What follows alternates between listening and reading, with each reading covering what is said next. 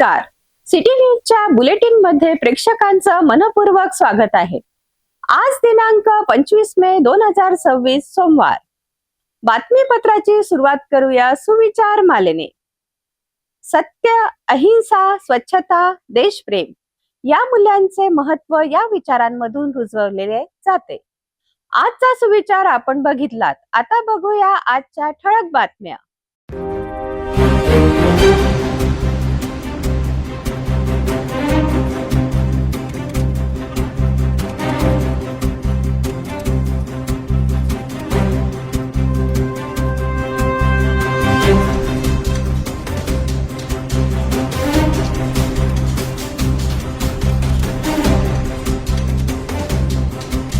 ठळक बातम्या बघितल्यात. आता घेऊया एक छोटासा ब्रेक. शादी और ब्याह की शुरुआत आराधना साड़ी के साथ.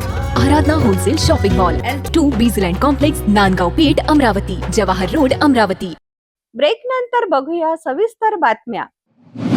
अमरावती विधान परिषद निवडणुकीच्या पार्श्वभूमीवर राजकीय वातावरण चांगलेच तापू लागले आहेत. उमेदवारी अर्ज दाखल करण्याच्या प्रक्रियेला सुरुवात होताच विविध पक्षांतील इच्छुकांनी जोरदार हालचाली सुरू केल्या आहेत. विशेष म्हणजे भाजपचे माजी आमदार प्रवीण पोटे यांनी स्वतःसह पत्नी अनुराधा पोटे यांच्या नावानेही उमेदवारी अर्ज उचलल्याने राजकीय चर्चांना उधाण आले आहेत.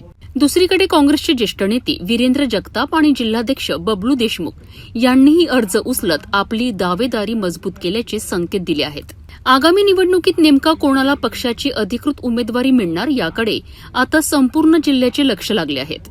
अमरावती विधान परिषद निवडणुकीकरिता उमेदवारी अर्ज उचलण्याच्या प्रक्रियेला सुरुवात झाली असून पहिल्याच टप्प्यात इच्छुक उमेदवारांकडून मोठा प्रतिसाद मिळत आहे. सोमवारी एकूण 8 इच्छुकांनी निवडणूक अर्ज उचलत आपापल्या राजकीय दावेदारीचे संकेत दिलेत. भाजपचे प्रवीण रामचंद्र पोटे यांनी तब्बल 3 उमेदवारी अर्ज उचलले आहेत, तर त्यांच्या पत्नी अनुराधा प्रवीण पोटे यांनी 2 अर्ज उचलल्याने भाजपमधील राजकीय समीकरणांबाबत चर्चा रंगू लागली आहे. याशिवाय योगेश जगताप गावंडे यांनी 2 अर्ज, संदीप बाबूलाल मेश्राम यांनी 1 अर्ज, विनीत दिगांबर डोंगरदिवे यांनी 1 अर्ज आणि मोहम्मद सिद्दीक मोहम्मद सादिक यांनी 1 अर्ज उचलला आहे. तर दुसरीकडे काँग्रेस पक्षातूनही हालचालींना वेग आला असून वरिष्ठ नेते वीरेंद्र जगताप यांनी 3 उमेदवारी अर्ज उचलले आहेत, तर काँग्रेसचे जिल्हाध्यक्ष अनिरुद्ध उर्फ बबलू देशमुख यांनीही 3 अर्ज उचलत आपली दावेदारी अधिकृतपणे दर्शविली आहे. विधान परिषद निवडणूक जसजशी जवळ येत आहे तसतसे पक्षांतर्गत इच्छुकांची संख्या वाढताना दिसत आहे. भाजप आणि काँग्रेस या दोन्ही प्रमुख पक्षांमध्ये उमेदवारी मिळवण्याकरिता जोरदार स्पर्धा निर्माण झाली असून आगामी काही दिवसात पक्षश्रेष्ठी कोणावर विश्वास दाखवतात याकडे राजकीय वर्तुळाचे लक्ष लागले आहे. अर्ज उचलण्याच्या प्रक्रियेमुळे निवडणुकीचा माहोल आता अधिक रंगतदार होत असून जिल्ह्यातील राजकीय समीकरणे नव्याने आकार घेत असल्याचे चित्र पाहायला मिळते. उमेदवारी कोणाला मिळणार आणि अंतिम लढत कोणामध्ये रंगणार याची उत्सुकता आता शिगेला पोहोचली आहे. अमरावती विधान परिषद निवडणुकीकरिता उमेदवारी अर्ज उचलण्याच्या प्रक्रियेतूनच राजकीय वातावरण तापल्याचे दिसून येत आहे.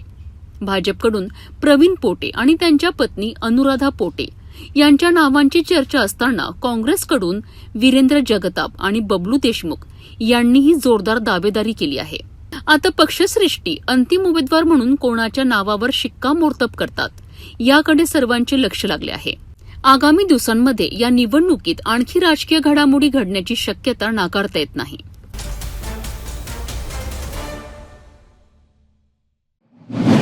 अमरावती शहरातील प्रभाग क्रमांक 6 मधील मोरबाग विलासनगर परिसरातील मसानगंज भागात गेल्या अनेक महिन्यांपासून नाल्याची सफाई, सार्वजनिक शौचालयाची देखभाल आणि मोठ्या नाल्यांमधील गाळ काढण्याचे काम रखडले होते. वाढत्या घाणीमुळे नागरिकांचे आरोग्य धोक्यात आले होते. संतप्त नागरिकांनी रविवारी रात्री सिटी न्यूजशी संपर्क साधत आपली व्यथा मांडली. सिटी न्यूजची टीम तात्काळ घटनास्थळी पोहोचली. सिटी न्यूजच्या मात्र उपस्थितीने मनपा प्रशासन जागी झाले. त्यानंतर अवघ्या काही तासात मनपा प्रशासन आणि स्वच्छता विभाग खडबडून जागा झाला. पहाटेपासून जेट मशीन, सफाई कर्मचारी आणि अधिकाऱ्यांच्या उपस्थितीत मोठ्या प्रमाणावर स्वच्छता मोहीम सुरू करण्यात आली. पाहूया हा विशेष रिपोर्ट. अमरावतीच्या प्रभाग क्रमांक 6 मधील मोरबाग विलासनगर अंतर्गत येणारा मसानगंज परिसर अनेक महिन्यांपासून अस्वच्छतेच्या विळख्यात अडकला आहे. परिसरातील नाल्यांमध्ये मोठ्या प्रमाणावर गाळ साचला होता. सार्वजनिक शौचालयांची दुरावस्था झाली होती. मोठे नाले कचऱ्याने तुडुंब भरले होते. त्यामुळे दुर्गंधी, डासांचा प्रादुर्भाव आणि साथीच्या रोगांचा धोका वाढला होता. वारंवार तक्रारी करूनही प्रशासनाकडून अपेक्षित कारवाई होत नसल्याने नागरिकांमध्ये तीव्र नाराजी निर्माण झाली आहे. अखेर रविवारी रात्री संतप्त नागरिकांनी सिटी न्यूजशी संपर्क साधत परिसरातील गंभीर परिस्थिती मांडली. सिटी न्यूजची टीम तात्काळ घटनास्थळी दाखल झाली. नागरिकांनी प्रशासनाविरोधातील संताप व्यक्त करत समस्यांची माहिती दिली. परिसरातील अस्वच्छतेची वस्तुस्थिती कॅमेऱ्यात कैद करण्यात आली. रस्त्यावर नाल्यांचे सांडपाणी वाहत होते. सिटी न्यूजच्या उपस्थितीचा परिणाम मनपा प्रशासनावर झाल्याचा पाहायला मिळाले. सकाळ होताच महानगरपालिकेचा स्वच्छता विभाग सक्रिय झाला. जेट मशीन, ट्रॅक्टर, सफाई साहित्य आणि मोठ्या संख्येने कर्मचारी घटनास्थळी दाखल झालेत. नाल्यांमधील गाळ काढण्याचे काम युद्धपातळीवर सुरू करण्यात आले. सार्वजनिक शौचालयांची स्वच्छता करण्यात आली. कचऱ्यांचे ढिगारे हटविण्याची मोहीम राबविण्यात आली. विशेष म्हणजे सकाळी मोठ्या प्रमाणावर सुरू झालेल्या या स्वच्छता मोहिमेची माहिती मिळताच परिसरातील 4ही नगरसेवक घटनास्थळी पोहोचलेत आणि कामांची पाहणी केली. नागरिकांचे म्हणणे आहे की अनेक महिन्यांपासून दुर्लक्षित राहिलेल्या समस्यांकडे सिटी न्यूजने लक्ष वेधल्यानंतरच प्रशासन आणि लोकप्रतिनिधी जागे झालेत. प्रशासनाने इच्छाशक्ती दाखवून नियमितपणे अशाच पद्धतीने काम केल्यास शहरातील वाढती घाण, साचलेला कचरा आणि अस्वच्छतेच्या समस्यांवर मोठ्या प्रमाणात नियंत्रण मिळवता येऊ शकते, अशी अपेक्षा नागरिकांनी व्यक्त केली आहे. यावेळी परिसरातील नागरिकांनी त्यांच्या समस्या प्रभावीपणे प्रशासनांपर्यंत पोहोचविल्याबद्दल सिटी न्यूजचे आभार मानलेत. मसानगंज परिसरातील नागरिकांच्या समस्यांना आवाज देत सिटी न्यूजच्या मात्र उपस्थितीने प्रशासनाने तातडीने स्वच्छता मोहीम सुरू केली आहे. मात्र ही मोहीम केवळ एक दिवसीय न राहता नियमित स्वरूपात राबवली गेली तरच परिसरातील नागरिकांना कायमस्वरूपी दिलासा मिळू शकतो. नागरिकांच्या प्रश्नांसाठी सिटी न्यूजचा पाठपुरावा यापुढेही सुरूच राहणार.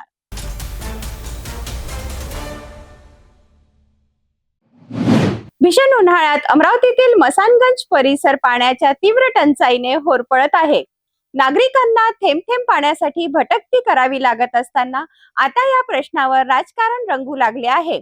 अमरावती आणि बडनेरा मतदारसंघातील आमदारांच्या श्रेयाच्या लढाईत पाणी पुरवठ्याचे कामच रखडल्याचा आरोप स्थानिक नागरिकांनी केला आहे. अमरावतीतील मसानगंज परिसरात सध्या पाण्याचा गंभीर प्रश्न निर्माण झाला आहे. वाढत्या उष्णतेमुळे नागरिकांचे हाल होत असून पिण्याच्या पाण्यासाठी ट्रॅक्टरच्या मागे धावण्याची वेळ नागरिकांवर आली आहे. स्थानिक सूत्रांच्या माहितीनुसार परिसरातील पाणी समस्या सोडवण्यासाठी योजना तयार करण्यात आली होती. मात्र काम सुरू होण्यापूर्वीच राजकारण आणि सुरू झाल्याचा आरोप होत आहे. मसानगंज परिसराचा काही भाग अमरावती मतदारसंघात तर काही भाग बडनेरा मतदारसंघात येतो. याच कारणांवरून दोन्ही मतदारसंघातील आमदारांमध्ये श्रेय घेण्याची स्पर्धा सुरू झाल्याचे बोलले जात आहे. स्थानिक नागरिकांच्या म्हणण्यानुसार कामाचे उद्घाटन कोण करणार आणि फलकावर कोणाचे नाव मोठे असणार यावरून राजकीय वाद निर्माण झाला आहे. नागरिकांनी आरोप केला आहे की निवडणुकांमध्ये मतांसाठी दारात येणारे नेते आता पाण्यासारख्या मूलभूत प्रश्नांवर राजकारण करत आहे. या वादामुळे ठेकेदार आणि संबंधित विभागाचे अधिकारीही संभ्रमात असल्याचे सांगितले जात आहे. त्यामुळे प्रत्यक्ष कामाला सुरुवात होत नसल्याने नागरिकांमध्ये तीव्र संताप व्यक्त केला जात आहे. पाणी ही मूलभूत गरज असताना त्यावरही राजकारण होत असल्याचा आरोप करत नागरिकांनी लवकरात लवकर काम सुरू न झाल्यास तीव्र आंदोलनाचा इशारा दिला आहे. मसानगंज मधील नागरिकांना आता आश्वासन नाही तर पाणी हवे आहे. आता प्रशासन आणि लोकप्रतिनिधी श्रेयाच्या राजकारणातून बाहेर पडून नागरिकांची तहान कधी भागणार याकडे सर्वांचे लक्ष लागले आहे.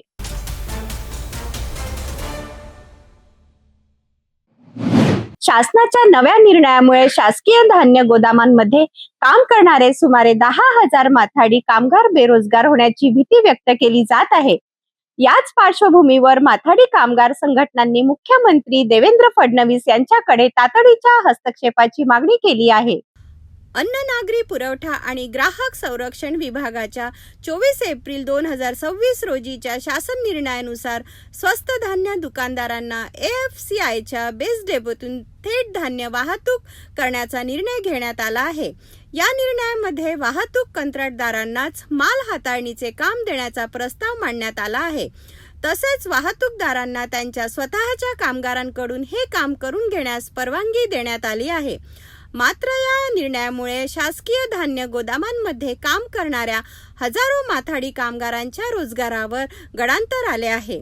कामगार संघटनांच्या म्हणण्यानुसार ट्रकवरील माल चढवणे, उतरवणे आणि हाताळणीची सर्व कामे ही माथाडी स्वरूपाची असून ती माथाडी कायद्याअंतर्गत येतात. तरी सुद्धा कंत्राटी कामगारांना काम देण्याचा निर्णय घेतल्यामुळे राज्यातील जवळपास 10,000 कामगार बेरोजगार होण्याची भीती निर्माण झाली आहे.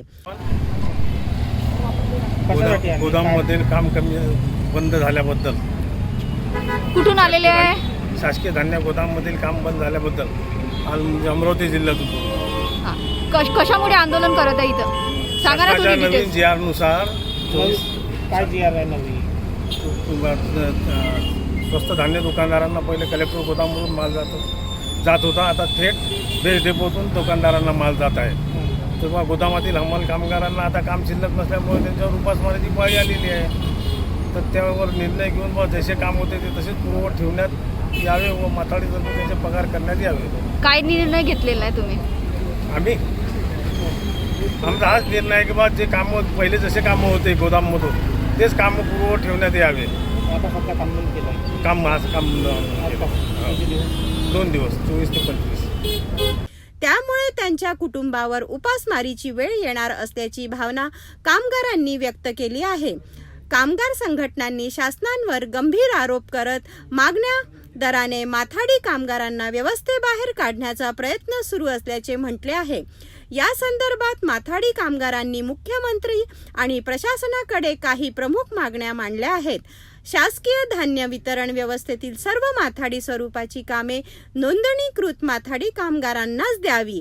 माथाडी कायद्याची पूर्ण अंमलबजावणी करावी. तसेच सध्या मिळत असलेले वेतन संरक्षित ठेवावे अशी मागणी करण्यात आली आहे. दरम्यान या मागणीसाठी राज्यभरातील माथाडी कामगारांनी संयुक्त कृती समितीच्या नेतृत्वाखाली जिल्हाधिकारी कार्यालयासमोर धरणे आंदोलन करण्याचा इशारा दिला आहे. कामगारांनी शासनाकडे तात्काळ हस्तक्षेप करून हजारो कष्टकरी कुटुंबाचा रोजगार वाचवण्याची मागणी केली आहे. राज्यातील हजारो माथाडी कामगारांचे भविष्य आता शासनाच्या निर्णयावर अवलंबून आहे. सरकार कामगारांच्या मागण्यांकडे कितपत गांभीर्याने पाहते याकडे संपूर्ण राज्याचे लक्ष लागले आहे.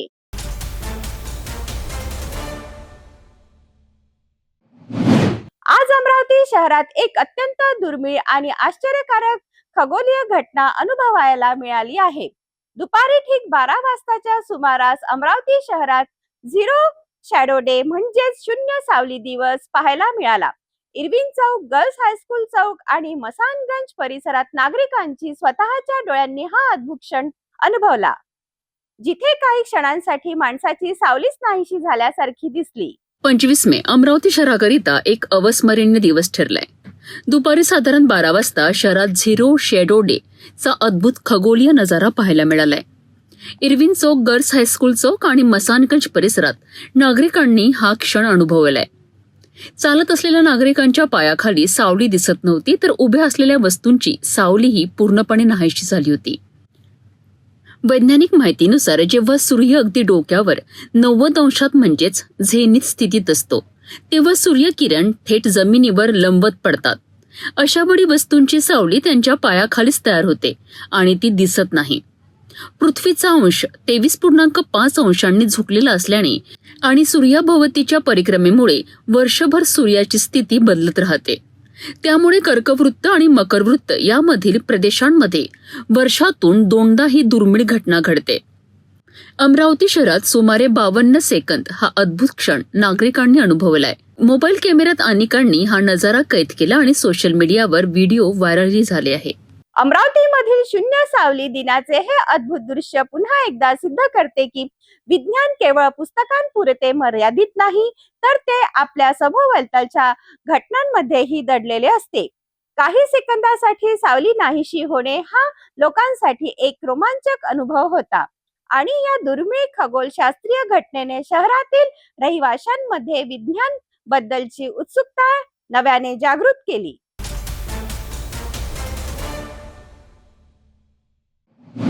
अमरावतीच्या राजकीय वर्तुळातून एक मोठी आणि धक्कादायक बातमी समोर येत आहे. अमरावती स्थानिक स्वराज्य संस्था विधान परिषद निवडणुकीच्या पार्श्वभूमीवर बहुजन नेतृत्वाचे मजबूत चेहरा म्हणून ओळखले जाणारे डॉक्टर गणेश खारकर यांनी निवडणूक लढण्याचा जोरदार निर्धार व्यक्त केला आहे. महायुतीकडून अद्याप उमेदवारांची घोषणा न झाल्याने राजकीय समीकरणांना वेग आला असून आता अमरावतीच्या राजकारणात नवा ट्विस्ट पाहायला मिळणार आहे. अखिल भारतीय महात्मा फुले समता परिषद अमरावती शहर जिल्ह्याच्या वतीने जारी करण्यात आलेल्या प्रसिद्धी पत्रकात ही माहिती देण्यात आली आहे. राष्ट्रवादी काँग्रेस पक्षाचे महाराष्ट्र प्रदेश उपाध्यक्ष आणि समता परिषदेचे प्रदेश सचिव डॉक्टर गणेश खारकर हे मंत्री छगन भुजबळ यांचे निकटवर्तीय मानले जातात. स्थानिक ओबीसी चळवळीतील पदाधिकारी आणि बहुजन समाजातील विविध घटकांनी डॉक्टर खारकर यांनी विधान परिषद निवडणूक लढवावी असा जोरदार आग्रह धरला आहे. फुले शाहू आंबेडकरी विचारसरणीशी जोडलेल्या अनेक कार्यकर्त्यांनी त्यांना सक्रिय नेतृत्वाची जबाबदारी स्वीकारण्याचे आवाहन केले आहे. भिडेवाडा येथे महात्मा ज्योतिबा फुले यांच्या जीवनावर आधारित रथाच्या स्वागतावेळी झालेल्या भव्य कार्यक्रमात डॉक्टर खारकर यांच्या नेतृत्वाला मोठा प्रतिसाद मिळाला होता. अमरावती शहर आणि ग्रामीण भागात त्यांनी उभा केलेला कार्यकर्ता वर्ग त्यांच्या राजकीय ताकदीचे प्रतीक मानला जातो. महानगरपालिका, नगरपरिषद, जिल्हा परिषद आणि पंचायत समिती स्तरावर त्यांचा व्यापक जनसंपर्क असल्याचा दावा करण्यात आला आहे. राजकीय विश्लेषकांच्या मते डॉक्टर गणेश खारकर यांच्या उमेदवारीमुळे अमरावतीच्या निवडणुकीत नवे समीकरण तयार होऊ शकते. आता सर्वांचे लक्ष लागले आहे ते महायुतीच्या अधिकृत भूमिकेकडे आणि डॉक्टर खारकर यांच्या पुढील राजकीय रणनीतीकडे. संपूर्ण राज्यामध्ये स्थानिक स्वराज्य संस्थेच्या निवडणुका शासनाने इलेक्शन कमिशनने घोषित केलेला आहे आणि या निवडणुकीचं खऱ्या अर्थानं पूर्ण विभागामध्ये, जिल्ह्यामध्ये, राज्यामध्ये कोण निवडणूक लढवणार या विषयावर प्रत्येक पक्षाच्या वतीनं आपापल्या परिणामचार मंथन सुरू आहे. आणि म्हणून अमरावती जिल्ह्यातील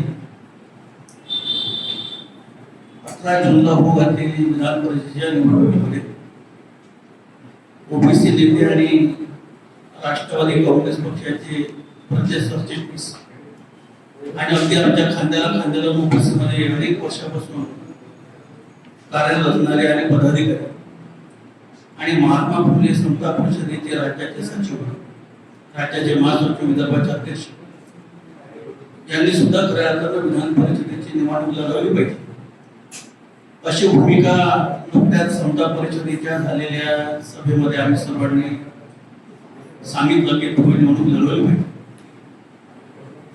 आणि या निवडणुकीमध्ये कशा पद्धतीनं कसा घोडेबाजार सगळ्यांना माहित आहे, परंतु खऱ्या अर्थ राज्यसभा असेल किंवा विधान परिषद असेल हे दोन्ही सभागृह जे वरिष्ठ सभागृह आहे, या वरिष्ठ सभागृहामध्ये अनुभवी राज्यामध्ये सर्व समाजाला न्याय देणाऱ्या व्यक्ती आणि खऱ्या अर्थानं विविध समाजाची आणि विविध मागण्यांची खऱ्या अर्थानं समस्येची सोडवणूक करणारा वरिष्ठ सभागृहाचा नेता असला पाहिजे. आणि म्हणून गेल्या 45 वर्षापासून ज्या अमरावती जिल्ह्यामध्ये काँग्रेस पक्षापासून तर अतिशय अजित पवारांच्या या गटामध्ये जे आता सक्रिय पदाधिकारी आहेत, अशा ओबीसी नेत्याला अमरावती विधान परिषदेची निवडणूक लढवावी आणि खऱ्या अर्थानं महायुतीचं अजूनपर्यंत किती वाटप झालेलं नाही आणि हा मतदारसंघ निश्चित मला सुटेल याची सुद्धा सध्या कल्पना ही दुसर आहे. त्याच्यामुळे या विधान परिषदेच्या निवडणुकीमध्ये महायुतीतील जी सीट आहे अमरावतीतून राष्ट्रवादीला सोडवण्यात यावी आणि ओबीसी नेत्यांनी राष्ट्रवादीचे प्रदेश सचिव डॉक्टर गणेश खारकर यांना उमेदवारी द्यावी आणि जेणेकरून एका वरिष्ठ सभागृहामध्ये वरिष्ठ माणसाचा आवाज, वरिष्ठ नेत्याचा आवाज सर्वसामान्य जनतेच्या आवाजाला घेऊन चालणारा नेता अमरावती विधान परिषदेमध्ये निवडून यावं आणि त्यांनी निवडणूक लढवावी या भूमिकेतून खऱ्या अर्थानं आजच्या या पत्रकार परिषदेचं आयोजन केलेलं आहे. तर अमरावतीच्या राजकारणात नव्या घडामोडींना वेग आला आहे. डॉक्टर गणेश खारकर यांच्या संभाव्य उमेदवारीमुळे निवडणुकीचे चित्र आणखीन रंगतदार होणार का हे पाहणे महत्त्वाचे ठरणार आहे. अशाच वेगवान आणि विश्वासार्ह बातम्यांसाठी पाहत रहा सिटी न्यूज चॅनल.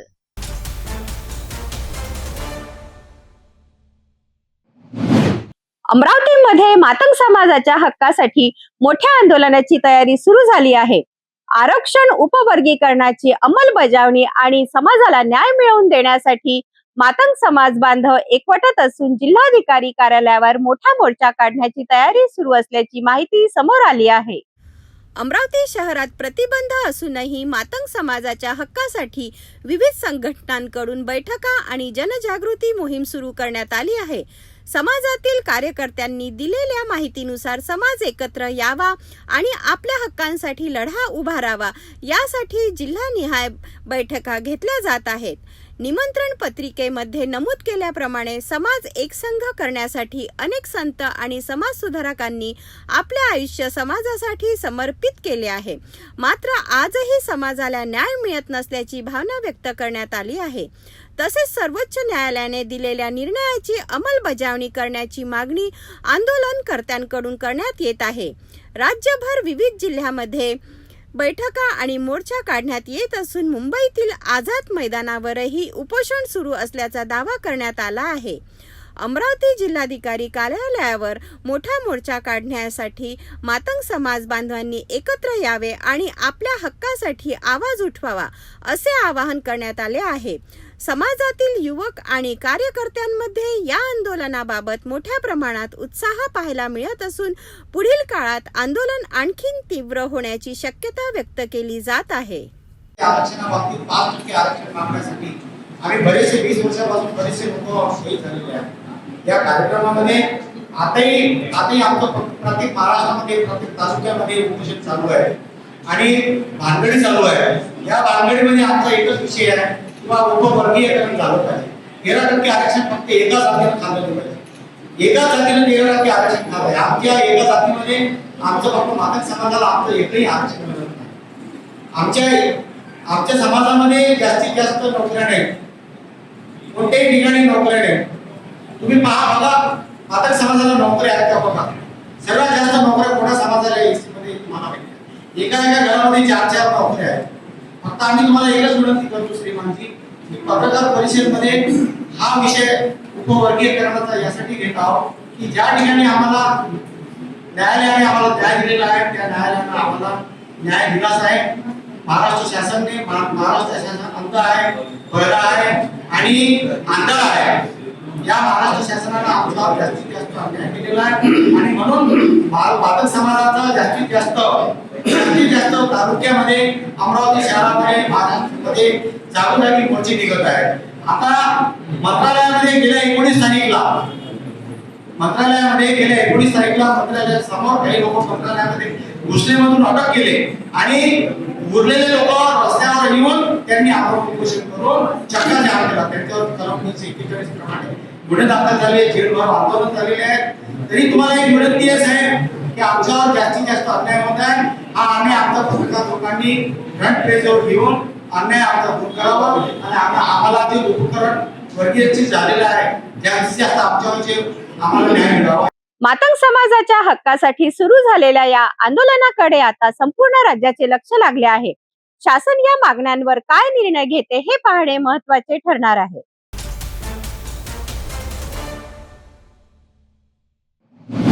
मध्य प्रदेशातील रीवा येथे झालेल्या भीषण रस्ता अपघातात जैन समाजातील 2 साध्वींचा दुर्दैवी मृत्यू झाल्यानंतर बडनेरा येथे सकल जैन समाज आक्रमक झाला आहे. या घटनेच्या निषेधार्थ बडनेरा मुक्त मोर्चा काढण्यात आला असून दोषींवर कठोर कारवाईची मागणी करण्यात आली आहे. रीवा मध्य प्रदेश येथे 20 मे 2025 रोजी झालेल्या भीषण रस्ता अपघातात जैन समाजातील 2 साध्वींचा मृत्यू झाला होता. या घटनेमुळे संपूर्ण जैन समाजामध्ये संतापाची लाट पसरली आहे. या घटनेच्या निषेधार्थ बडनेरा येथे सकल जैन समाजतर्फे मूक मोर्चाचे आयोजन करण्यात आले. जैन मंदिरापासून सुरू झालेला हा मोर्चा छत्रपती शिवाजी महाराज चौक बस स्थानक आणि डॉक्टर बाबासाहेब आंबेडकर चौक मार्गे बडनेरा पोलीस स्टेशन पर्यंत काढण्यात आला. मोर्चा दरम्यान समाज बांधवांनी शांततेत निषेध व्यक्त करत प्रशासनाकडे निवेदन सादर केले. या निवेदनामध्ये अपघाताची सखोल चौकशी करून दोषींवर कठोर कारवाई करण्याची मागणी करण्यात आली. जैन धर्मामध्ये साधू आणि साध्वींना अत्यंत पूजनीय स्थान आहे. ते अहिंसा, संयम, त्याग आणि मानवतेचा संदेश देत पायी विहार करीत असतात. कोणत्याही वाहनांचा वापर न करता सतत पदयात्रेद्वारे समाज प्रबोधनाचे कार्य ते करतात. मात्र अशा साध्वींचा रस्ता अपघातात मृत्यू झाल्याने जैन समाजामध्ये तीव्र नाराजी व्यक्त होत आहे. भविष्यात जैन साधू साध्वी विहार करत असताना त्यांच्या सुरक्षेसाठी विशेष उपाययोजना करण्यात याव्यात अशी मागणी ही समाजतर्फे करण्यात आली आहे. दरम्यान पोलीस प्रशासनाने या प्रकरणात तातडीने योग्य ती कारवाई करावी अशी अपेक्षा सकल जैन समाजाने व्यक्त केली आहे. विगत 20 मई को रीवा में जो एक दुखद घटना हुई है जिसमें हमारे 2 साध्वी जी का एक हत्या का प्रयास हुआ. प्रयास ही नहीं, उसको सफल भी उन्होंने किया. और जो हमारे साधु साध्वी है ये हमारे चलते फिरते तीर्थ है. इन्होंने हमारे संसार के लिए अपना घर द्वार छोड़ा है और वे एक स्थान से दूसरे स्थान विहार करते हैं. इस विहार के दौरान जब वे पैदल यात्रा करते हैं, कई बार इतिहास में घटना हमने देखी है कि प्लानिंग कर जैन साधु साध्वियों पर इस तरह का अटैक किया जाता है. कुछ दिन पहले यह घटना हमने फिर से देखी. इसका पूरा सकल जैन समाज, पूरे भारत का सकल जैन समाज कड़ी निंदा करता है. इस तरह की घटना नहीं होनी चाहिए किसी भी समाज में.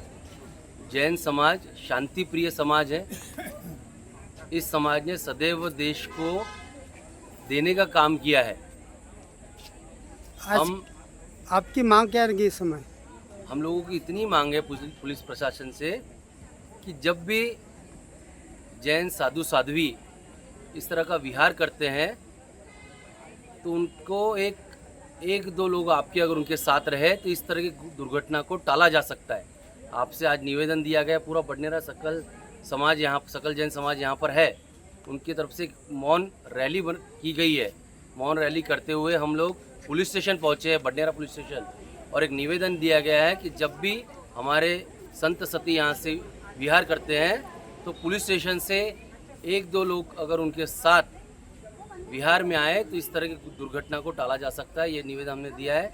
सभी से विनंती है कि वो भी दे और साथ में जैन समाज के लोग भी उनके साथ चले. बहुत बहुत धन्यवाद. रीवा अपघातानंतर जैन समाजाने उपस्थित केलेला सुरक्षेचा प्रश्न आता गंभीर बनला आहे. प्रशासन यावर काय भूमिका घेते याकडे सर्वांचे लक्ष लागले आहे.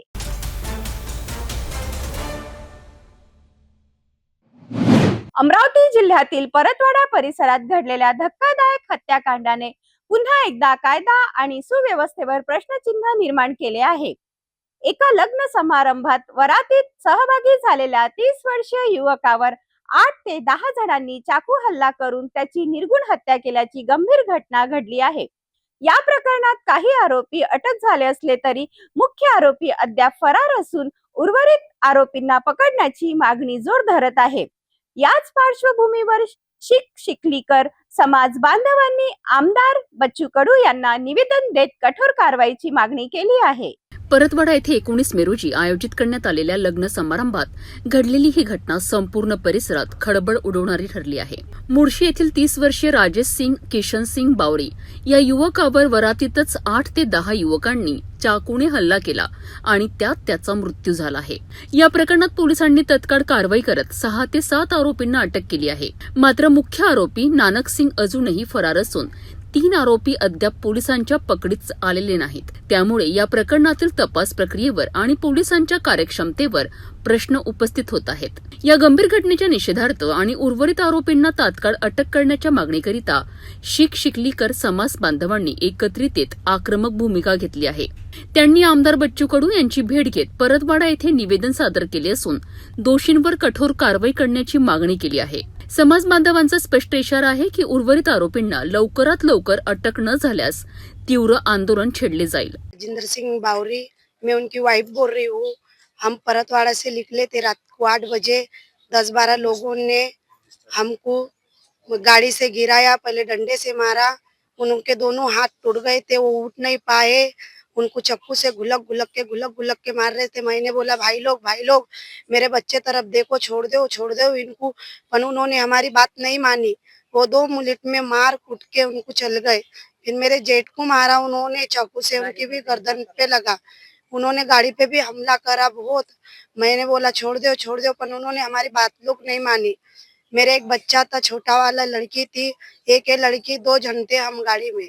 उन्होंने हमारी बात नहीं सुनी. और अभी हम बच्चू भाऊ कड़ू उनके अपने यहाँ पे पहुँचे हैं. सभी बावरी परिवार और हमारा सिकलीगर समाज परिवार.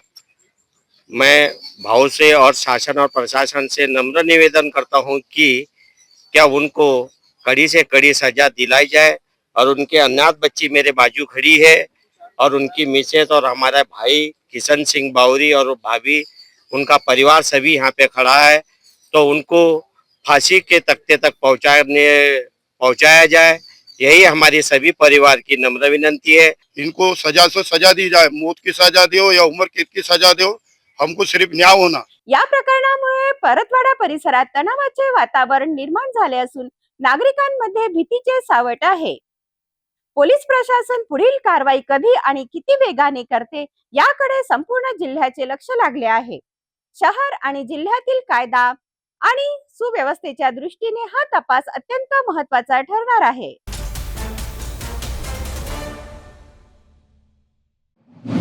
अमरावती जिल्ह्यातील अंजनगाव सिर्जी शहरातून एक धक्कादायक आणि हृदयद्रावक घटना समोर आली आहे.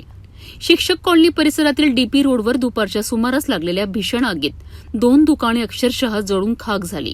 वृंदावन दूध डेअरी आणि नियती सोलर एजन्सी या दोन्ही प्रतिष्ठानांमधील लाखो रुपयांचा मालसाठा, फर्निचर आणि महत्वाची उपकरणे आगीत भस्मसात झाली आहेत. कडक उन्हाळा, संभाव्य शॉर्ट सर्किट आणि अग्निशामक यंत्रणा उशिरा पोहोचल्याचा आरोप यामुळे या घटनेने शहरात संतापाची लाट उसळली आहे. अंजनगाव सुर्जी शहरातील शिक्षक कॉलनी परिसरातील डीपी रोडवर दुपारच्या सुमारास भीषण आग लागून 2 दुकाने जळून खाक झाल्याची घटना घडली आहे. 46 अंशाच्या प्रचंड उष्णतेने नागरिक हैराण असतानाच या आगीने संपूर्ण परिसरात एकच खळबळ उडाली आहे. मिळालेल्या माहितीनुसार वृंदावन दूध डेअरी या दुकानातील फ्रीजरमध्ये दुपारी सुमारे 1 वाजताच्या सुमारास अचानक शॉर्ट सर्किट झाले. काही क्षणातच आगीने विकराळ रूप धारण करत संपूर्ण दुकानाला वेढा घातला. आगीची तीव्रता इतकी होती की शेजारील नियती सोलर एजन्सी हे दुकानही तिच्या विळख्यात सापडले. पाहता दोन्ही दुकानांमधील फर्निचर, इलेक्ट्रॉनिक साहित्य, व्यावसायिक उपकरणे आणि मोठ्या प्रमाणातील मालसाठा जळून खाक झालाय. वृंदावन दूध डेअरीचे मालक ऋग्वेद वाखडे, त्यांचे भागीदार यश शेवाळे तसेच नियती सोलर एजन्सीचे मालक वैभव पेरकर यांचे मोठ्या प्रमाणावर आर्थिक नुकसान झाले आहेत. प्राथमिक अंदाजानुसार लाखो रुपयांची हानी झाल्याचे सांगितले जात आहे. आग लागल्याची माहिती मिळताच नागरिकांनी आणि दुकानदारांनी तातडीने प्रशासन व अग्निशामक विभागाशी संपर्क साधला. मात्र अग्निशामक दल घटनास्थळी पोहोचण्यास विलंब झाल्याचा आरोप स्थानिक नागरिकांनी केला आहे. तोपर्यंत आगीने दोन्ही दुकाने पूर्णपणे भस्मसात केली होती. या घटनेनंतर संतप्त नागरिकांनी प्रशासनाविरोधात नाराजी व्यक्त केली आहे.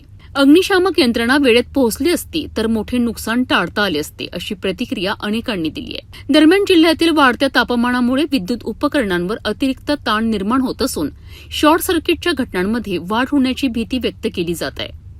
या घटनेमागेही शॉर्ट सर्किट हेच प्राथमिक कारण असल्याचा अंदाज वर्तविला जात आहे. आगीत सर्वच गमावलेल्या व्यापाऱ्यांनी शासनाकडे तातडीची आर्थिक मदत आणि नुकसान भरपाईची मागणी केली आहे. तसेच या घटनेची सखोल चौकशी करून जबाबदारी निश्चित करावी अशी मागणी नागरिकांकडूनही केली जात आहे. अंजनगाव सुर्जीतील या भीषण अग्नितांडवाने 2 व्यापाऱ्यांचे आयुष्यभराचे कष्ट काही मिनिटातच राखेत परिवर्तित केले आहे. वाढते तापमान, विद्युत सुरक्षेचा अभाव आणि आपत्कालीन यंत्रणेच्या प्रतिसादाबाबत आता गंभीर प्रश्न उपस्थित होत आहेत. नुकसानग्रस्तांना तातडीची मदत मिळणार का आणि या घटनेची जबाबदारी निश्चित होणार का याकडे सर्वांचे लक्ष लागले आहे.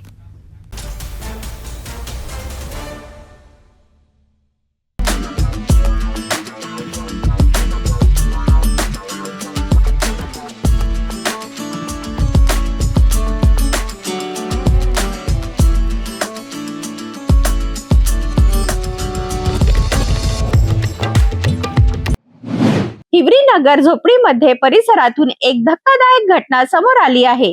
केवळ 5,500 रुपयांच्या वादातून सख्या भावानेच आपल्या भावाची हत्या केल्याची माहिती समोर आली आहे. विशेष म्हणजे आरोपीने स्वतःच पोलिसांना फोन करून मी माझ्या भावाला मारले अशी कबुली दिल्याने परिसरात मोठी खळबळ उडालेली आहे. 24 मे 2026 रोजी पोलीस स्टेशनच्या बीट मार्शल यांना 100 आणि 112 नियंत्रण कक्षाकडून एक धक्कादायक संदेश प्राप्त झाला. मी माझ्या भावास मारून त्याचा खून केलेला आहे असा आशय त्या संदेशामध्ये नमूद होता. संदेश मिळताच पोलिसांनी तात्काळ हिवरीनगर झोपडपट्टी परिसरात धाव घेतली. घटनास्थळी भगवान गोविंदराव बाबुळे वय 42 वर्ष हा व्यक्ती उपस्थित होता. त्याने घटनास्थळी पडून असलेल्या व्यक्तीची ओळख प्रदीप गोविंदराव बाबुळे वय 39 वर्ष अशी करून दिली. मृतक हा त्याचा सख्खा भाऊ असल्याचेही त्याने सांगितले. प्राथमिक माहितीनुसार मृतक प्रदीप बाबुळे याच्याकडे मजुरीचे सुमारे 5,500 रुपये होते. याच पैशाच्या कारणावरून दोन्ही भावांमध्ये वाद झाला. हा वाद इतका वाढला की आरोपी भगवान बाबुळे याचे स्वतःवरील नियंत्रण सुटले. त्यानंतर घटनास्थळी असलेल्या लोखंडी टॉमीने त्याने आपल्या भावावर हल्ला केला. या मारहाणीत प्रदीप बाबुळे यांचा जागीच मृत्यू झाला. पोलिसांनी घटनास्थळी पोहोचून परिसराची पाहणी केली आणि घटनास्थळ तात्काळ सुरक्षित करण्यात आले.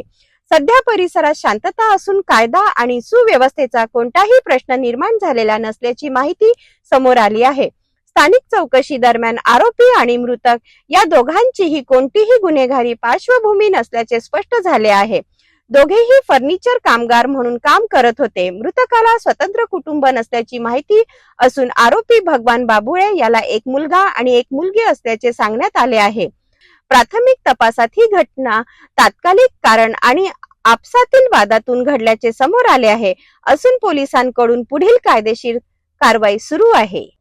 आज 10:30 ते 11:15 दरम्यान एक CFS प्राप्त झाला होता 112 कडून पोलीस स्टेशन नंदनवन हद्दीमध्ये की हिवरीनगर झोपडपट्टी या ठिकाणी एका भावाने त्याच्या भावाला मारल्यासंदर्भात मी खून केलेला आहे, त्याला मारलेला असा CFS 112 वर प्राप्त झाला होता. त्या अनुषंगाने तात्काळ सदर ठिकाणी आमचे जे 112 हँडल करणारे जे बीट मार्शल आहेत त्या ठिकाणी तात्काळ सदर ठिकाणी पोहोचले असता त्या ठिकाणी प्रदीप गोविंदराव बाबुले वय वर्ष 39 हा त्या ठिकाणी मयत अवस्थेत होता आणि त्याचा भाऊ भगवान गोविंदराव वाघुले ज्यानं त्याला मारहाण केलेली होती तो त्या ठिकाणी होता. पोलिसांनी तात्काळ त्याला ताब्यात घेतलेलं होतं आणि आतापर्यंत झालेल्या तपासामध्ये असं निष्पन्न झालेलं आहे की यातील जो मयत आहे तो फर्निचरचं काम करतो आणि जो आरोपी जो आहे तो पण फर्निचरचं काम करतो. आज आरोपीला जो मयत आहे त्याला 5,500 रुपये मिळालेले होते आणि ते 5,500 रुपये त्याने घरात ठेवले होते आणि तो बाहेर गेला होता. त्यानंतर घरात आल्यानंतर त्याला ते 5,500 रुपये दिसले नाही आणि तो भावाला म्हणत होता की माझे 5,500 रुपये कुठे गेले. त्या अनुषंगाने त्यांचा त्या ठिकाणी शाब्दिक वाद गेला. वादामध्ये जे टॉमी पडलेली होती घरात त्या टॉमीच्या आहे ना त्यांना डोक्यावर वार करून त्याला मारहाण केलेलं आहे. यांचं जे याच्या वादाच्या अनुषंगाने पोलीस स्टेशनला अद्यापर्यंत कुठली तक्रार किंवा त्यांचे वादाच्या घटनाची कुठली रिपोर्टिंग नाही आहे किंवा यांचा वाद होता किंवा यांच्यामध्ये वैमनस्य होतं अशा पद्धतीची कुठली या पोलीस स्टेशन रिपोर्टिंग इन्स्टंट घटना आहे आणि ही म्हणजे तात्कालिक जे कारण म्हणतो आपण ते कारणामुळे ही घटना घडलेली आहे. या दोघांचे जर रेकॉर्ड पाहिलं तर यांच्यावर कुठली ज्या अगोदरचे हिनियस क्राईम्स वगैरे किंवा असे गुन्हे दाखल नाही. कौटुंबिक वादातून एक गुन्हा दाखल आहे तो 2013 मध्ये दाखल आहे. क्षणिक राग आणि पैशाच्या वादातून एका कुटुंबाची वसाहत झाली आहे. छोटा वाद किती मोठ्या दुर्घटनेत बदलू शकतो याचे हे धक्कादायक उदाहरण मानले जात आहे.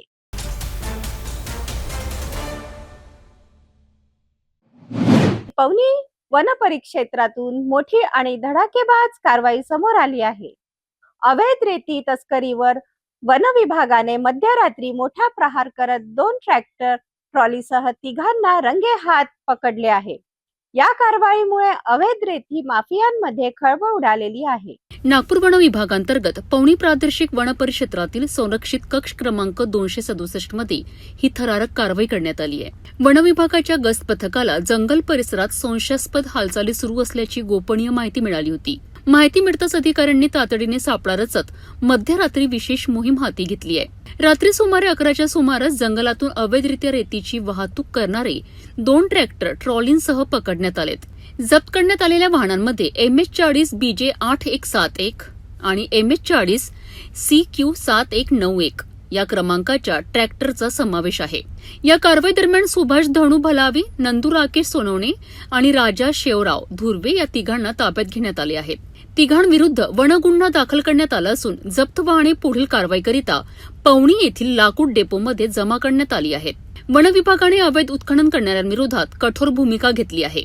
पवनी वन परिक्षेत्र अधिकारी सागर बनसोड यांनी स्पष्ट इशारा देत जंगल परिसरातील बेकायदेशीर रेती वाहतूक कोणत्याही परिस्थितीत खपवून घेतली जाणार नसल्याचे सांगितले. तसेच नागरिकांनी संशयास्पद हालचालींची माहिती तातडीने वन विभागाला द्यावी असे आवाहनही करण्यात आले आहे. ही कारवाई उपवनसंरक्षक डॉक्टर विनिता व्यास आणि सहाय्यक वनसंरक्षक गोविंदा लुचे यांच्या मार्गदर्शनाखाली पार पडली आहे. वनरक्षक आणि जलद कृती दलाच्या सदस्यांनी अथक परिश्रम घेत ही कारवाई यशस्वी केली आहे. पवनी वन परिक्षेत्रातील या धडक कारवाईमुळे रेती माफियांना मोठा धक्का बसला आहे. वन विभागाची ही कडक भूमिका आता अवैध उत्खननाला आळा घालणार का याकडे सर्वांचे लक्ष लागले आहे.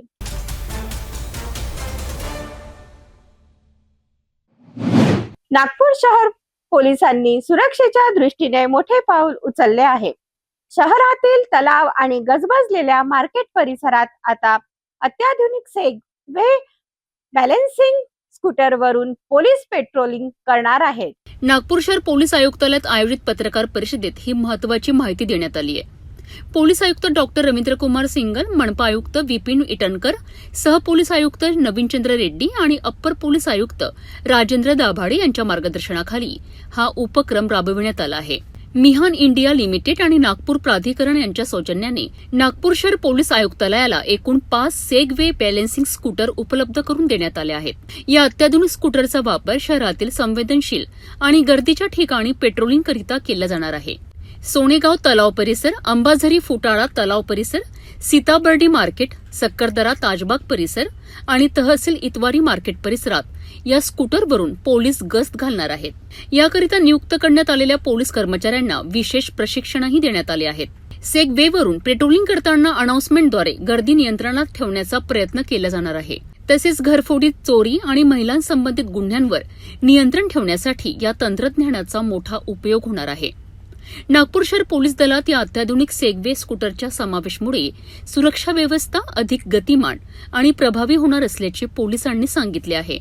हे जे आपण मेनली पेट्रोलिंगसाठी वापरणार आहे आणि पेट्रोलिंग पण अशी जागा की जिथे डेन्स आहे, जे आपण नेहमी पायी पेट्रोलिंग करतो, तर त्याऐवजी आमचे जे अधिकारी अंमलदार आहे ते सेगवेनी पेट्रोलिंग करतील. आणि हा फार इम्पॉर्टंट, म्हणजे जसे माउंटेड पेट्रोलिंग होत होती अगोदर किंवा आजही काही देशांमध्ये किंवा आपल्या देशामध्ये पण चालू आहे. आता हे सेगवे पेट्रोलिंग, एक तर त्याची हाईट तो माणूस दिसतो आणि व्हिज्युअली तो बघू शकतो. तसेच एक बॅटरी ऑपरेटेड आहे, ते चार्ज करून आपण त्याची पेट्रोलिंग म्हणजे चार्जिंग करू शकतो आणि त्यामुळे आपली थोडी फास्ट पेट्रोलिंग, व्हिजिबिलिटी आणि अजून आपण जे पेटी क्राईम्स आहे, पिक पॉकेटिंग असला किंवा इतर काय असे गुन्हे असली तर त्याच्यावर अजून आपण अंकुश आणू शकू.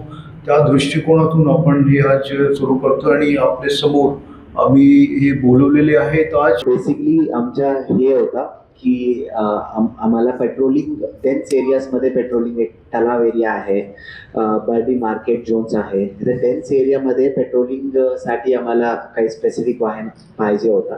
त्याच्यामध्ये सरांनी, आयुक्त सरांनी आम्ही एक प्रपोज केला होता की असा वाहन जे मुंबईमध्ये यूज करतात ते चौपाटी एरियामध्ये वगैरे, ते वाहन जो डेन्स एरियाजमध्ये यूज करून आम्ही पेट्रोलिंग करू शकतात, असं वाहन आम्ही रिक्वेस्ट केला होता. तो MIL इंडियानी आम्हाला हे फ्रीगो आहे, हे जे म्हणतात त्यांना, हे दिलेली आहे आम्हाला.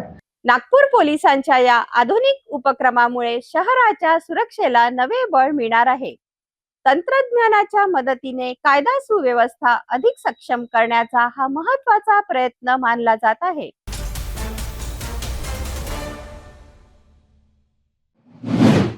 नागपूरमध्ये वाहन चोरी करणाऱ्या सराईत चोरट्याला लकडगंज पोलिसांनी अटक करत मोठी कारवाई केली आहे. गुप्त माहितीच्या आधारे पोलिसांनी सापळा रचत आरोपीला रंगेहात पकडले असून त्याच्याकडून चोरीच्या 3 दुचाकी जप्त करण्यात आल्या आहेत. ही घटना लखनगंज पोलीस ठाणे हद्दीतील मालधक्का रोड परिसरातील आहे. फिर्यादी रॉयल रेसिडेन्सी येथील ABS ट्रेडिंग कार्यालयात काम करतात. त्यांनी आपल्या बजाज सिटी 100 मोटरसायकलवर कार्यालयाबाहेर लॉक करून पार्क केली होती. काही वेळाने परत येऊन पाहणी केली असता त्यांची दुचाकी जागेवरून गायब असल्याचे आढळलेत.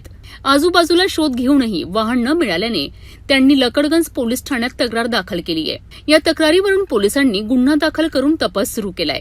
वरिष्ठ पोलीस निरीक्षक अरुण क्षीरसागर यांच्या मार्गदर्शनाखाली सहाय्यक पोलीस निरीक्षक अजहर शेख आणि तपास पथकाने परिसरात गस्त वाढवली आहे. याच दरम्यान गुप्त बातमीदारांमार्फत पोलिसांना माहिती मिळाली आहे की मालधक्का परिसरात एक संशयित इसम चोरीच्या दुचाकीसह फिरत आहे. त्यानुसार पोलिसांनी तात्काळ सापळा रचत संशयिताला ताब्यात घेतले.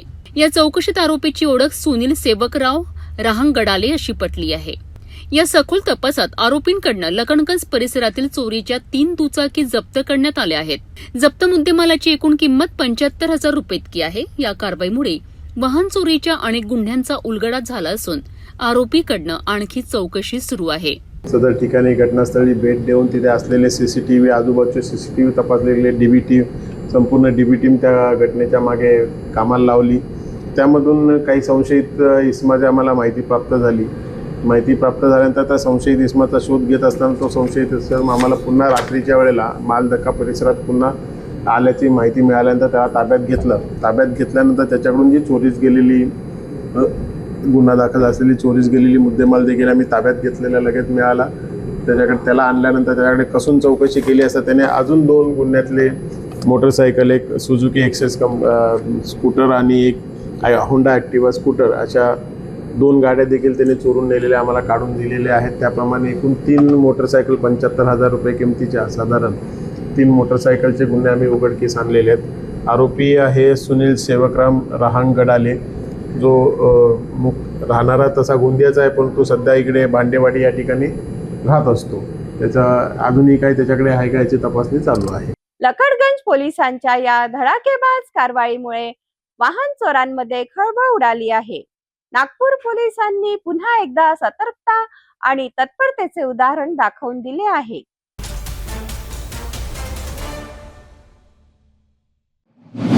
नागपूरमध्ये वाहन चोरांच्या टोळीचा मोठा पर्दाफाश करण्यात पोलिसांना यश आले आहे. गुन्हे शाखा युनिट क्रमांक 1च्या धडाकेबाज कारवाईत तब्बल 14 दुचाकी वाहने आणि 2 मोबाईल फोन जप्त करण्यात आले आहे. 3 आरोपींना अटक करण्यात आली आहे. या कारवाईमुळे शहरातील वाहन चोरांच्या रॅकेटला मोठा धक्का बसला आहे. बजाजनगर पोलीस ठाण्यात दाखल झालेल्या वाहन चोरीच्या तक्रारीनंतर ही कारवाई करण्यात आली. फिर्यादी गौरव मृगवार यांनी त्यांच्या पांढऱ्या रंगाच्या होंडा ॲक्टिवा वाहनाची चोरी झाल्याची तक्रार दाखल केली होती. अपार्टमेंट समोर पार्क केलेली ही दुचाकी सकाळी गायब झाल्याचे त्यांच्या निदर्शनास आले होते. या तक्रारीनंतर गुन्हे शाखा युनिट क्रमांक 1ने तपासाची चक्रे वेगाने फिरवली. तपास दरम्यान पोलिसांना गोपनीय माहिती मिळाली होती की पियुष रवींद्र जगनाडे हा वाहन चोरी प्रकरणात सहभागी असून तो लाखणी तालुक्यातील टेकेपार येथे असल्याची माहिती मिळाली. वरिष्ठांच्या परवानगीनंतर पोलिसांचे विशेष पथक रात्रीच लाखणीकडे रवाना झाले. अतिशय शिताफीने पोलिसांनी पियुष जगनाडे याला पांढऱ्या रंगाच्या बिना नंबर प्लेटच्या ॲक्टिवासह ताब्यात घेतले. सखोल चौकशीत त्याचे साथीदार अंशुल सरजारे आणि दीप रामटेके यांनाही पोलिसांनी अटक केली. या तिघांकडून पोलिसांनी तब्बल 14 वाहने जप्त केली आहेत. यामध्ये 3 नवीन bullet, 8 Honda Activa, 1 Pulsar 220, 1 Honda Unicorn आणि 1 होंडा फॅशन प्रो याचा समावेश आहे. तसेच 2 मोबाईल फोनही जप्त करण्यात आले आहेत. जप्त मुद्देमालाची एकूण किंमत तब्बल 13,55,000 रुपये इतकी आहे. या कारवाईमुळे वाहन चोरीचे अनेक गुन्हे उघडकीस आले असून पुढील तपास बजाजनगर पोलीस करत आहेत. नागपूर पोलिसांच्या या मोठ्या कारवाईमुळे वाहन चोरांच्या टोळीचा पर्दाफाश झाला आहे.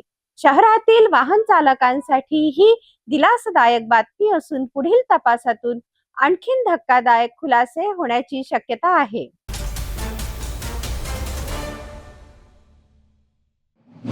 अकोल्यातील शिवनी परिसरातून एक धक्कादायक घटना समोर आली आहे.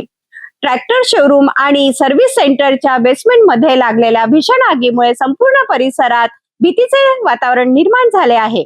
तेलाच्या बॅरलचे एकामागून एक स्फोट होत असताना आग विझवण्यासाठी गेलेले 2 अग्निशमन कर्मचारीही भाजल्याची माहिती समोर आली आहे.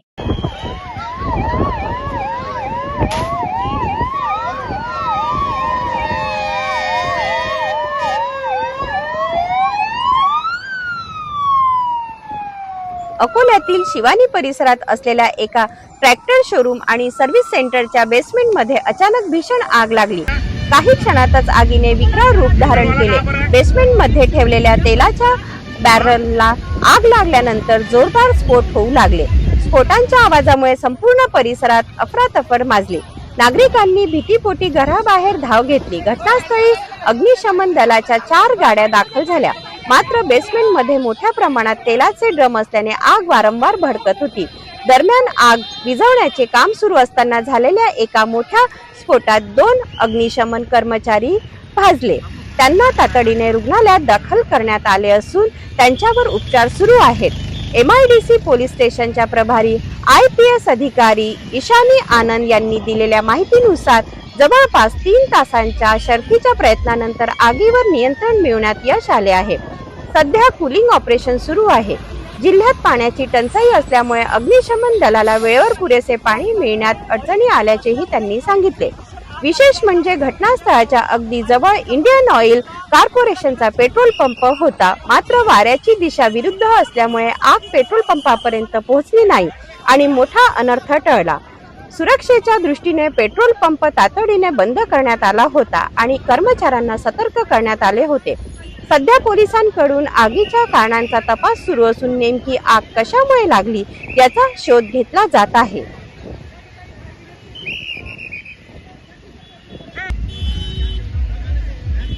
मैडम अभी क्या आग जो लगी है कैसी लगी और अभी क्या पोजीशन है? इस एरिया में शिवनी में यहाँ पे गोडाउन में यहाँ पे स्टोरेज था, खाली बैरल टायर सबका स्टोरेज था यहाँ पे, और सुबह यहाँ पे आग लगी थी. अभी आग 60-70% कंट्रोल में है. यहाँ पे फायर ब्रिगेड आई थी महानगर पालिका की और फायर ब्रिगेड की, तीनों सारे फायर ब्रिगेड साथ में आई हैं और हमने रोटेशन बेसिस पे पानी का भी इसको रिफिलिंग का टेक्निक यूज़ करा है. अब 60-70% कंट्रोल में आ गई है. कोई भी कैजुअलिटी नहीं है. यहाँ पे क्राउड कंट्रोल करने के लिए RCP को भी बुलाया है. पूरा एरिया कॉर्डन करा है और ट्रैफिक के भी एम्बुलेंस यहाँ पे हाजिर हैं. कुछ ही अभी कंट्रोल में आने के बाद हम सारा एरिया को काम करके खोल देंगे. मैम क्या इसमें 2 कर्मचारी झुलस गए हैं दमकलन के? कैजुअलिटी कुछ नहीं हुई है, पर उसके बाद इनको भी दवाखाने लेके गए. कितना जोखिम भरा था? बगल में ही जो है पेट्रोल पंप था, आसपास घर थे, शोरूम से बाकी के. और डेंजरस है क्वाइट, क्योंकि यहाँ पे पेट्रोल पंप भी साइड में है और हैबिटेशन भी यहाँ पे. पर गंभीरता को देखते हुए सारे लोग एक्शन पे आए और हमने बहुत कायम कर रहे हैं और हम पूछने की कोशिश करेंगे कि कोई भी रूल का उल्लंघन ना हो किसी चीज़ का. पर यहाँ पे गोडाउन में स्टोरेज थी, उनका ही था. अब इशू क्वाइट कंट्रोल में आ गया. पानी का भी जो था मिल नहीं रहा था समय पर. पहले जल किल्लत से जूझ रहा है जिला. क्या तकलीफ हुई, कैसा मैनेज किया? एक मेजर चैलेंज पानी की थी, क्योंकि यहाँ पे बहुत सारी फायर ब्रिगेड एक टाइम पे भी आई थी और हमने बहुत प्राइवेट हाइड्रेंट का भी यूज़ करा है. खुद महानगर पालिका ने भी हमारी बहुत सपोर्ट करी है. नए वाटर लाइन भी खोले थे हमने, तो बहुत इशू हमने उसके बाद कंट्रोल किया. अच्छी कोऑर्डिनेशन के साथ बहुत ही कंट्रोल में है. आग लगने का कारण क्या हो सकता है? कारण ये हो सकता है कि शॉर्ट सर्किट हो सकता है यहाँ पे. ये अभी प्रॉपर तपास के बाद ही पता चलेगा, प्रॉपर फायर इंस्पेक्शन के बाद ही पता चलेगा. बट प्राइमो फेस लग रहा है कि शॉर्ट सर्किट हुआ. जर ही आग पेट्रोल पंपापर्यंत पोहोचली असती तर मोठी जीवितहानी होण्याची शक्यता होती. सुदैवाने मोठा अनर्थ टळला असला तरी या घटनेने सुरक्षा व्यवस्थावर गंभीर प्रश्नचिन्ह निर्माण केलेले आहे.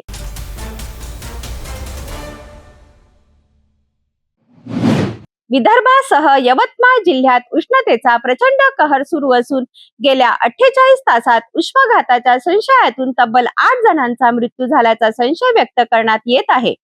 वाढत्या तापमानामुळे नागरिकांमध्ये भीतीचे वातावरण निर्माण झाले असून प्रशासन सतर्क झाले आहे. यवतमाळ जिल्ह्यात सध्या सूर्य अक्षरशः आग ओकत आहे. उष्णतेचा तीव्र लाटेमुळे जनजीवन विस्कळीत झाले असून नागरिक हैराण झाले आहेत. अशातच गेल्या 48 तासात उष्माघाताच्या संशयातून 8 जणांचा मृत्यू झाल्याने खळबळ उडाली आहे. दिग्रस येथे अवघ्या 24 तासात 3 मृत्यू झाला आहे. याशिवाय यवतमाळच्या चापणवाडी आणि भोसा मार्गावर 2 जणांचे मृतदेह आढळून आले आहेत. पुसदमध्ये 2 मृत्यूंची नोंद झाली असून बाभुळगाव तालुक्यातील गवंडी येथे 1 मृतदेह आढळून आला आहे. मृतांमध्ये काही जणांची ओळख पटली असून काही मृतदेह अद्याप अज्ञात असल्याची माहिती समोर येत आहे. बाभुळगाव तालुक्यातील गवंडी ते किन्ही मार्गावर मारोतराव कावे यांचा मृतदेह आढळून आला, तर पुसदच्या हनुमान वार्डातील वृद्ध महिला अन्नपूर्णाबाई या उन्हात कूलरमध्ये पाणी भरत असताना अचानक अस्वस्थ झाल्या. त्यांना रुग्णालयात नेण्यापूर्वीच त्यांचा मृत्यू झाला. तसेच पुसदच्या इंदिरानगर परिसरातील सुभाष राठोड यांच्या मृत्यूने परिसरात खळबळ उडाली आहे. दरम्यान वाढत्या तापमानामुळे नागरिक अक्षरशः त्रस्त झाले आहेत. आरोग्य विभागाने नागरिकांना दुपारी 12 ते 4 या वेळेत विनाकारण घराबाहेर पडू नये असा सल्ला दिला आहे. बाहेर जाताना डोक्यावर टोपी किंवा सुती कपडा ठेवावा, तसेच भरपूर पाणी प्यावे असे आवाहन करण्यात आले आहे. विशेषतः वृद्ध, लहान मुले आणि आजारी व्यक्तींनी अधिक काळजी घेण्याचे आवाहन प्रशासनाकडून करण्यात आले आहे.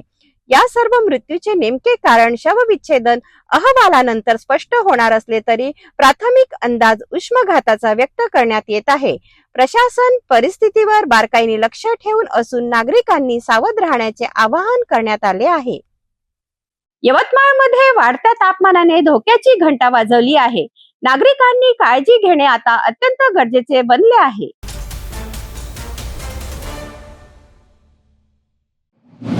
नांदेड जिल्ह्यात मान्सून पूर्व पावसाने पुन्हा एकदा कहर केला आहे. मध्यरात्री झालेल्या मुसळधार पाऊस आणि वादळी वाऱ्यामुळे मुदखेड आणि अर्धापूर तालुक्यातील केळी बागा अक्षरशः भुईसपाट झाल्या आहेत. आधीच डिझेल टंचाईने त्रस्त असलेले शेतकऱ्यांवर आता निसर्गाने आणखीन एक मोठे संकट ओढवले आहे. नांदेड जिल्ह्यात गेल्या 2 दिवसापासून मान्सून पूर्व पावसाचा जोर वाढला आहे. मध्यरात्री झालेल्या जोरदार पाऊस आणि वादळी वाऱ्यामुळे अनेक भागात शेती पिकाचे मोठ्या प्रमाणात नुकसान झाले आहे. मुदखेड तालुक्यातील निवघा आणि अर्धापूर तालुक्यात वादळी वाऱ्याने केळी बागा पूर्णपणे जमीनदोस्त झाल्याचे चित्र पाहायला मिळत आहे. शेतकऱ्यांनी मोठ्या मेहनतीने उभ्या केलेल्या बागा काही मिनिटातच उद्ध्वस्त झाल्याने शेतकरी हवालदिल झाले आहेत.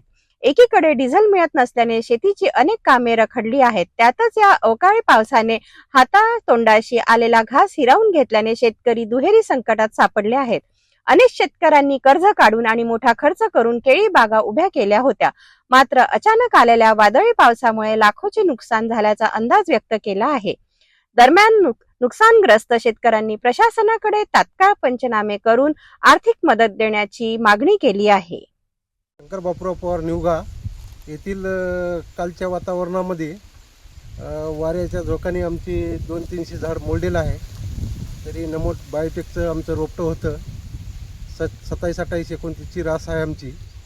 तरी खूप नुकसान झालं. कालच्या वाऱ्यामध्ये जवळपास 1.5-2 लाख रुपयाचं माझं एकल्याचं नुकसान झालेलं आहे. आता काय झाड का आता बाग लगेच पाडायला आलता. 200-300 झाडाचं एक नुकसान झालं, एक गाडी नुकसान झालेलं आहे आमचं. ते होतं मार्केट चांगलं आहे सध्याला, पण या हवामानाच्या याच्यावर चर्चा आहे. दरवर्षी लगातार 3 वर्ष झाले असं होत आहे. निसर्गाच्या सततच्या तडाख्यामुळे आधीच संकटात असलेला शेतकरी आता आणखीन अडचणीत सापडला आहे. प्रशासनाने तात्काळ मदतीचा हात द्यावा अशी मागणी जोर धरत आहे.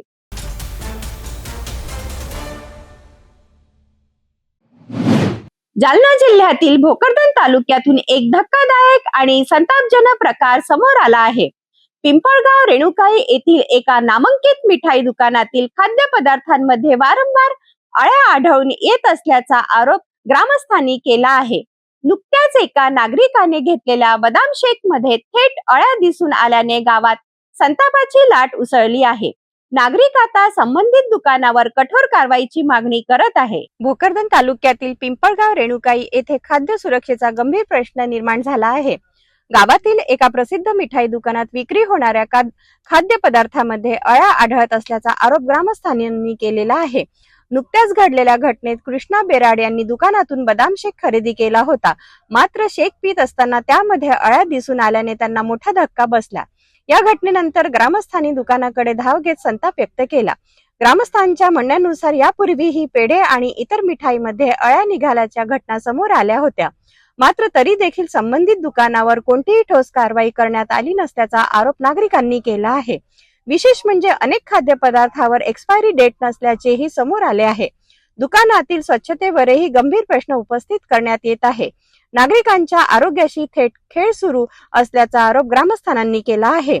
दरम्यान अन्न व औषध प्रशासन विभागावरही नागरिकांनी संताप व्यक्त केला आहे. वारंवार तक्रारी करूनही प्रशासनाने बघ्याची भूमिका घेतल्याचा आरोप होत आहे. नागरिकांनी तत्काळ तपासणी करून संबंधित दुकानावर कठोर दंडात्मक कारवाई करावी अशी जोरदार मागणी केली आहे. लहान मुलांसह सर्वसामान्य नागरिकांच्या आरोग्याचा प्रश्न निर्माण झाल्याने गावात भीतीचे वातावरण पसरले आहे. ऐसा मत करना तेरा पहिले भी बीच में भी वैसा होगा था. हे काय खरेदी केलं? मी आता आपलं बदाम शेक घेतला, त्यात म्हणलं घरी खाऊ. घरी नेल्याच्या नंतर ते 4 आळ्या निघल्या. त्या अगोदर बी या दुकानात पेढ्यात बी आळ्या निघल्या. डॉक्टर रेलगावचं कोणतरी हे होतं नितीन मिसाळ, त्यानं ते परसादासाठी नेलं होतं वाटाले पेढा त्याच्यात पण निघलं होत्या. आणि अन्न पेसळवाल्याने याच्यावर काय जी कारवाई करायची ते करावी आणि सर्वसामान्याची जे समजा जीवन आणि काहीतरी होईल ते दुकानदार जबाबदार राहील. स्वच्छते संदर्भात प्रश्न मला तरी असं वाटतं आता थोडे ताज्या मालात जरी असं आळायला गेला बाकी एक्सपायर भी शकतो त्याच्यामध्ये 100%. तुम्हारा क्या कहना है भाई इसमें? फिर उसमें मेरा को कहना है मैं इसमें ये है ना वो बादाम के छिलके वो आप खोल के देख सकते हैं. अभी इसमें छिलके रहते वो बादाम के छिलके है, दूसरा कुछ नहीं है. रामराजे, तुम्ही चेक केलं त्या संदर्भात तुम्हाला काय आढळलं? 100% आळ्याच ना. दुसरं किती जणांनी पाहिलं आळा? आपण काय करू, तोड आहे तिला काळा तोड आहे समोर. एक काम करू आपण बारीक आळा इकडे शेजारच्या बिकानेरमधून आता चेक करू आपण लगेच. चला, कारण तिने चेक करणं गरजेचं आहे. चला. अरे मेरे पास मैं क्या बोल रहा हूँ, मेरे पास दूसरी पड़ी. चला तिकडे. दूसरा देखो ना तुम. पिंपळगाव रेणुका येथील या धक्कादायक प्रकारामुळे नागरिकांच्या आरोग्य सुरक्षेचा प्रश्न पुन्हा ऐरणीवर आला आहे. आता अन्न व औषध प्रशासन या प्रकरणात नेमकी कोणती कारवाई करते हे पाहणे महत्त्वाचे ठरणार आहे. नमस्कार.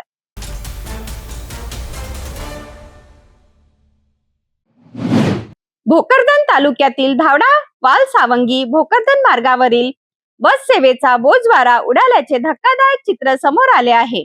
अवघ्या 55 प्रवाशाची क्षमता असलेल्या बसमध्ये तब्बल 120च्या आसपास प्रवासी जीव धोक्यात घालून प्रवास करत असल्याने नागरिकांमध्ये संताप व्यक्त होत आहे. धावडा मार्गे भोकरदनकडे जाणाऱ्या बसमध्ये दररोज प्रचंड गर्दी होत असल्याचे चित्र पाहायला मिळत आहे. सकाळी 9च्या सुमारास धावडा वालसावंगी भोकरदन मार्गावरील बसमध्ये विद्यार्थी, शेतकरी, महिला, ज्येष्ठ नागरिक आणि दिव्यांग प्रवाशांची मोठी गर्दी होती. सुमारे 55 प्रवाशांची क्षमता असलेल्या बसमध्ये तब्बल 120च्या आसपास प्रवासी कोंबून प्रवास करत असल्याने अनेकांना उभ्यानेच प्रवास करावा लागत आहे. विशेष म्हणजे 70 ते 80 वर्षाच्या वृद्ध महिलांनाही उभे राहून प्रवास करावा लागत असल्याचे धक्कादायक चित्र समोर आले आहे. या मार्गावर दुसरी बस उपलब्ध नसल्याने नागरिकांना नाईलाजाने जीव धोक्यात घालून गर्दीच्या बसमध्ये प्रवास करावा लागत असल्याची माहिती नियमित प्रवासी आणि विद्यार्थ्यांनी दिली. दररोज अशीच परिस्थिती निर्माण होत असून प्रशासनाकडून मात्र या गंभीर समस्येकडे दुर्लक्ष होत असल्याचा आरोप प्रवाशांनी केला आहे. विद्यार्थ्यांचे शिक्षण, शेतकऱ्यांची बाजारपेठेतील कामे तसेच ज्येष्ठ नागरिकांची शासकीय कार्यालयातील कामे यासाठी भोकरदनला ये जा करणे अत्यावश्यक असते. मात्र अपुऱ्या बस सेवे अभावी नागरिकांना मोठ्या हालअपेष्टा सहन कराव्या लागत आहेत. दरम्यान नागरिकांनी मतदारसंघाचे आमदार संतोष दानवे यांनी या प्रशासनाकडे तातडीने लक्ष देऊन धावडा ते भोकरदन मार्गावर अतिरिक्त डबल बस सुरू करण्यासाठी संबंधित आगार प्रमुखांना निर्देश द्यावेत अशी मागणी केली आहे. शिवसेना उद्धव ठाकरे गटाचे कार्यकर्ते सोमनाथ आप्पा घोडके यांनी देखील प्रवाशांच्या सुरक्षिततेचा प्रश्न गंभीर असल्याचे सांगत मागणी पूर्ण न झाल्यास आंदोलन करण्याचा इशारा दिला आहे.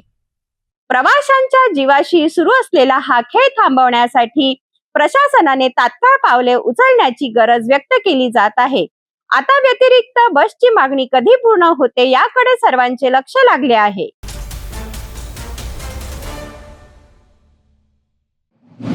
कामगार गावातून एक मोठी आणि संतापजनक बातमी समोर आली आहे. महावितरणाच्या भोंगळ कारभारामुळे शेतकरी अक्षरशः संतप्त झाले असून त्यांनी थेट महावितरण कार्यालयावर धडक मोर्चा काढला आहे. वीज पुरवठा खंडित झाल्याने पिके संकटात आली आहेत आणि त्यातच अधिकारी कार्यालयात अनुपस्थित असल्याने शेतकऱ्यांचा संताप अनावर झाला आहे. कामरगाव सर्कल अंतर्गत उंदरी धरण, टाकळी आणि बेंबळा शेतशिवारातील कृषी पंपाचा वीज पुरवठा मागील अनेक दिवसांपासून वारंवार खंडित होत आहे.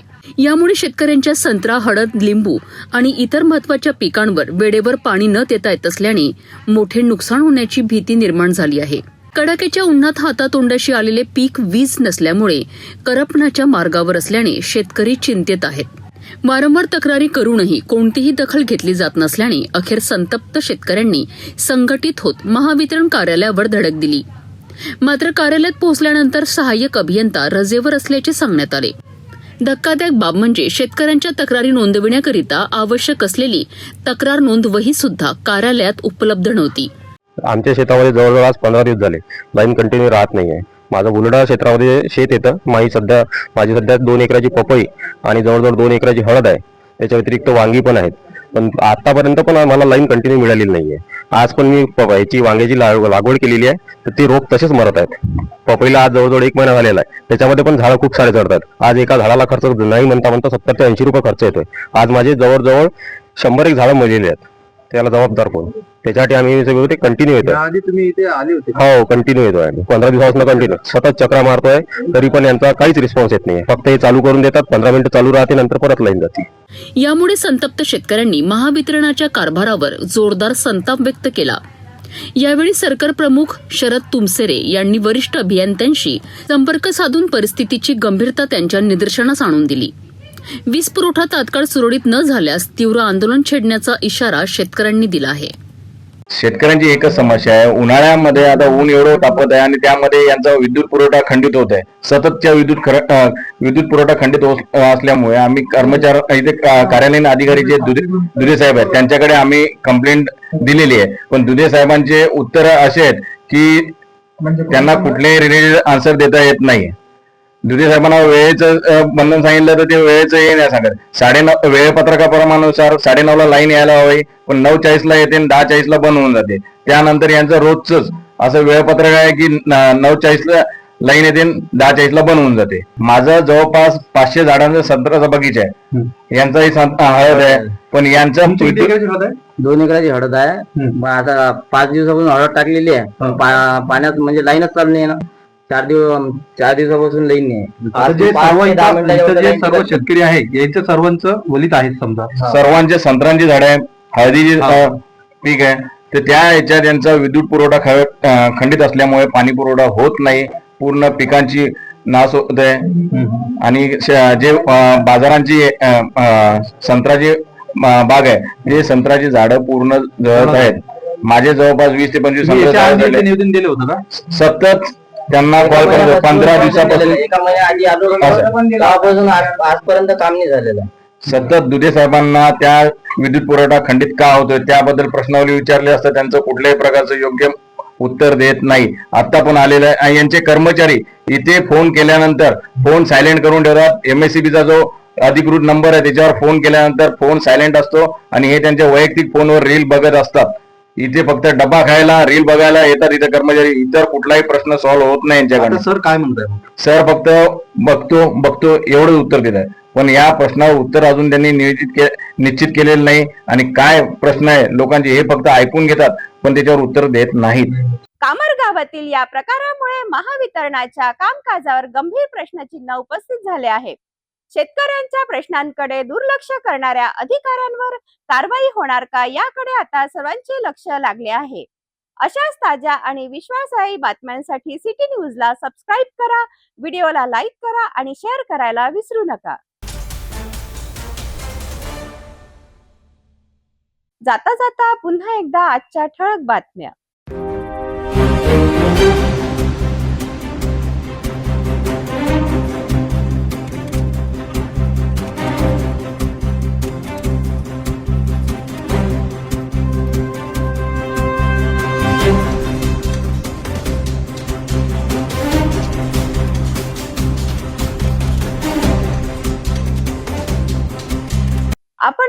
सिटी न्यूज चॅनल आपल्या टीव्हीवर सुद्धा बघू शकता.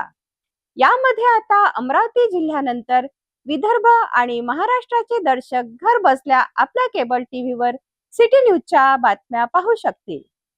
यात लवकरच आम्ही आपल्यापर्यंत पोहोचणार आहोत. जर आपल्या टीव्हीवर सिटी न्यूज चॅनल दिसत नसेल तर आपण आपल्या केबल ऑपरेटरशी संपर्क साधावा. आपण सिटी न्यूज केबलच्या व्यतिरिक्त YouTube, फेसबुक, इंस्टाग्राम आणि ट्विटरवर सुद्धा बघू शकता. याकरिता सोशल मीडिया अकाउंट सबस्क्राईब करा, फॉलो करा, लाईक करा. YouTube अकाउंट सबस्क्राईब करण्याकरता सबस्क्राईब बटनला क्लिक करा आणि बेल आयकॉन दाबायला विसरू नका, कारण सर्वात आधी समाचार आपल्यापर्यंत पोहोचणार आहे. तसेच सिटी न्यूजचे फेसबुक पेज लाईक करा, इंस्टाग्राम आणि ट्विटर हँडल फॉलो करा. आपण व्हॉट्सअपवर सुद्धा सूचना देऊन न्यूज प्राप्त करू शकता. व्हॉट्सअप नंबर स्क्रीनवर येत आहे. हे बातमीपत्र एवढ्यावरच थांबूया. पुन्हा भेटूया नवीन घडामोडींसोबत. नमस्कार. हर खबर पर पैनी नजर, हर मुद्दे पर सटीक वार, यही है सिटी न्यूज की पहचान. जहां सच्चाई की आवाज दबाई जाती है, वहां सिटी न्यूज उठाता है सवाल. हर स्क्रीन पर, हर प्लेटफॉर्म पर हमारी मौजूदगी बोलती है. सिटी न्यूज हमेशा सच के साथ.